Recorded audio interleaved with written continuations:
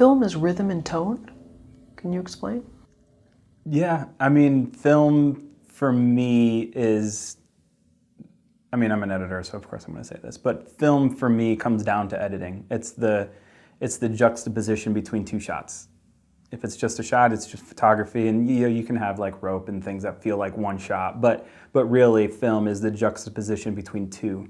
And it's the juxtaposition from a rhythmic standpoint, like what's the rhythm of the piece, from a narrative starting point, like what's the rhythm of this, and taking an audience on an adventure with highs and lows. And then tone, like how do these 2, 3, 4 scenes, acts, how do these stack up against each other to make a specific tone? And so for me, film being rhythm and tone is basically film being editing, the juxtaposition of shots against each other, scenes against that, acts against that. And so finding the rhythm and the tone for me just kind of is the definition of film. It's like, what is the journey you're taking me on? And even in films where it's just like continuous, just like one shot, there's still a rhythm within that? Yeah, there's that. Then like Tarkovsky talks a lot about that, is like the rhythm within a shot, and constructed from a directorial standpoint, like directing the rhythm within a frame, within a single shot. And so if you have a film that's a oneer or is presenting itself as a oneer, like Birdman, there's so much editing, construction that's happening within the specific shot, within the celluloid, as Tarkovsky would say. So there's so much happening within that shot, so much intention. And if there's not that intention, to pay close mind to rhythm and tone within a shot, which every shot should have rhythm and tone in and of itself, but then once you start to put those against other shots and see how the rhythm and the tones like collide or sync up so well together, I mean, both can be very meaningful and powerful. And so if you're doing like oneers, it's the rhythm and the tone within the shot that needs to happen. And then if you're not doing like big long one takes, it's what's the rhythm and the tone between the string of shots. And a lot of times I think of it as like pearls on a string, like small pearls, big pearls, pearls that have like a nice wave to them, or just like big one, small one. So like, what's the rhythm and the tone of this shot, of this bead, of this string of pearls? Because it's going to have like a unique shape in and of itself. If you are writing a story, you may be interested in our new book, the sponsor of today's video. After months of working on a story, have you ever said to yourself, I don't know what my main character wants. Why are my side characters more interesting than my main character? 17 Steps is a workbook-style tool with specific questions to help you dive deep into your main character and story. We've linked up to 17 steps below. Now, back to the video. How do you set a tone right from the beginning? A lot of that comes down to having watched the footage and at least having like a very meta view of what the film is going to be.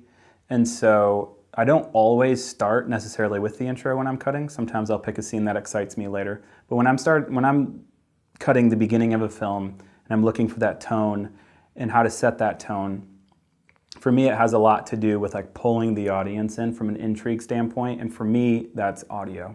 Like I always love working with audio. And audio, sound effects, music, tones inspire me a lot more than kind of anything else. And so I'll start just listening through my sound effect library and starting to identify some sounds and some moments within a piece of music or within some sound effects that I'm like, ooh, I can build a scene around that. And then from there, it's how much do we want to tell the audience? How much do we want to leave the audience in the dark with what we're doing?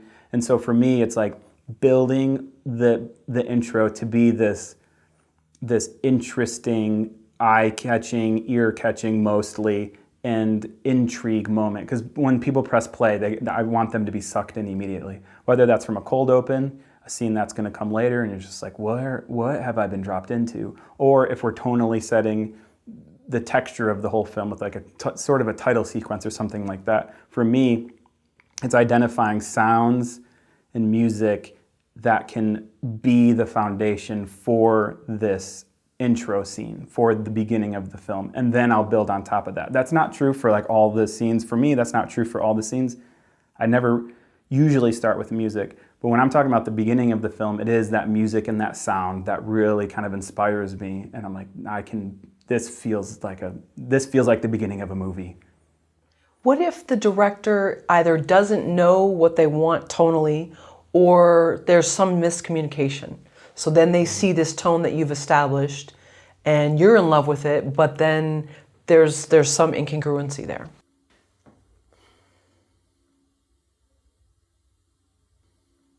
I mean, I'm not sure that I've ever missed on tone, honestly. What I have missed on is content and context. And so, like this most recent film that I finished, Lions of Mesopotamia, the intro is tonally extremely similar to what I first cut, but content-wise, it's quite different. We went down one path and it was like, no, it feels too much like a trailer, like we're showing bits and bobs of the whole film throughout. Maybe it should be more about the history of Iraq from 2000, So the content changed dramatically, and the director, Lucian, had a lot of thoughts, and we had a lot of notes, and we went around so many notes to dial in that intro. But if you play my first intro and the one that is now, and you close your eyes, like tonally, it's already there. Like you can totally feel that the tone is there. And so I take a lot of pride with tone and like feeling like I have my finger on the pulse of tones within films, and that, I mean, it comes from enjoying other art forms and reading and writing and looking at things, watching things, trying to expand your palette. But for me, I kind of pride myself on tone. Like I love tone and I play with it a lot. Content can change dramatically, as it always has, like notes and notes and notes. And like tone can get off track down the road, and this feels a little dark. We need to lighten it up a little bit. Like there's a little, give and take, and kind of like you're playing the clutch a little bit. But I've never really been at odds with a director. I think that part of it is my obsession with tone, but I think the other part of it is those early conversations with the director and like identifying what they want in this and collaborating and having those communications early on. Like, oh, I think it should be like this. And I think it should be a little bit more, title sequency rather than this, So we've had conversations about hopes and dreams and like, oh, have you seen this? This is cool. So it's like all these inputs from the director and from me to the director kind of prime the scenario for it to be at least tonally right out of the gate. Okay, so tone is usually agreed upon, and you both kind of know that, but it was just maybe you were giving away too much stuff in the beginning and it felt like a trailer, you said. Yeah, exactly. And I think it's agreed upon in like the spiritual sense. like we know the general direction we want the tone to go. It's not necessarily like outlined in a document with X, Y, it's kind of started to emerge from more ambiguous conversations about things, but I know like roughly where we should go from those conversations, and then I'll just go at it hard. And then, like I said, content can change, but it's like, yes, this is a lot of what we've talked about over the past couple of weeks. This feels right. It just feels right.